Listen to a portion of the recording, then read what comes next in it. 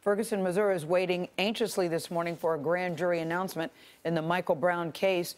Jurors will decide if police officer Darren Wilson will face charges for the killing. Jericka Duncan is here with how residents are being warned to stay calm when the decision comes down. Jericka, good morning. Good morning, Gail. The St. Louis County prosecutor said the grand jury is likely to reach its decision sometime in the coming days or weeks.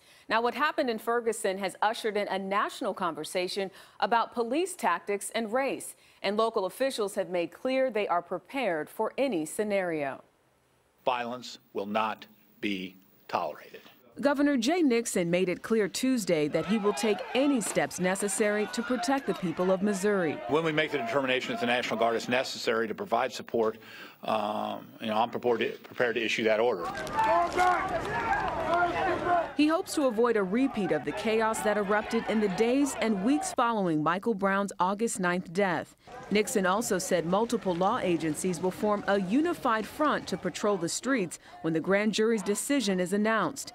One police agency not mentioned in the unified front, the Ferguson Police Department. I don't want to speak to their future department. That's a local issue that will be dealt with by local officials. Governor Nixon said more than 1,000 officers have had extended crowd control training.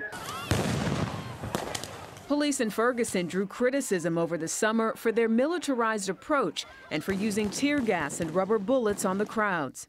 St. Louis County Police are prepared for more protests with around $100,000 worth of new riot gear. We would prefer just to be relaxed as often as we can. We understand that people say that, listen, when you put riot gear on and different things like that, it agitates us. But frankly, we haven't hurt anybody with a riot helmet yet. They're worn on heads. While the governor and state law enforcement agencies prepare for their response, community leaders met last night to come up with a plan of their own. The citizens need to lay out our plan, that in spite of our differences from color, creed, or race, that we are united for peace and we're united for justice.